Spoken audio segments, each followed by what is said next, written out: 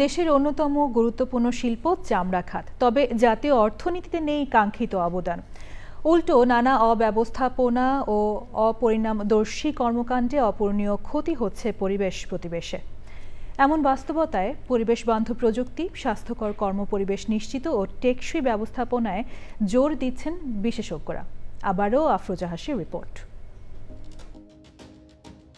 মানসম্মত কাঁচামাল ও আমদানিকারকদের বিপুল আগ্রহের বিপরীতে অব্যবস্থাপনা ও পরিবেশ বিধ্বংসী কর্মকাণ্ডে সংকটে সম্ভাবনাময় চামড়া শিল্প।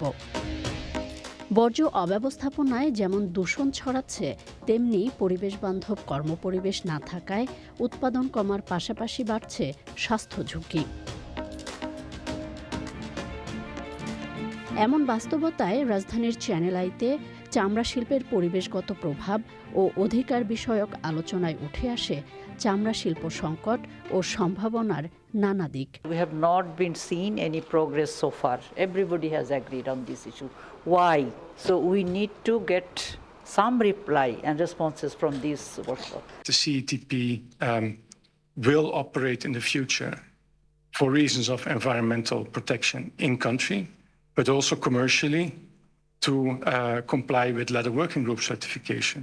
চামড়া শিল্প শ্রমিকদের অধিকার, মজুরি, স্বাস্থ্য ও পেশাগত নিরাপত্তা বিধানে জোর দেন বিশেষজ্ঞরা। হাজারীবাগে ছিল, তার ফলে তার কনসিকুয়েন্সটা কি আমরা জানি, বুড়িগঙ্গার কি হয়েছে।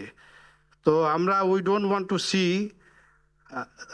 Dhaleshwari becoming second Buriganga. অনেক ধরনের আমাদের সমস্যাও আছে, কিন্তু আলটিমেটলি কিন্তু একটি লক্ষ্য, এই সেক্টরটা সামনে আরও যেন ভালো হয় এবং একটা ফলপ্রসূ একটা ইন্ডাস্ট্রি হিসেবে এটা যেন এস্টাবলিশড হয়।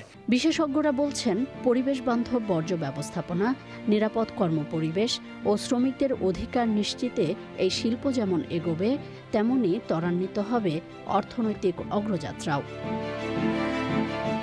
আফরোজা হাসি, চ্যানেল আই।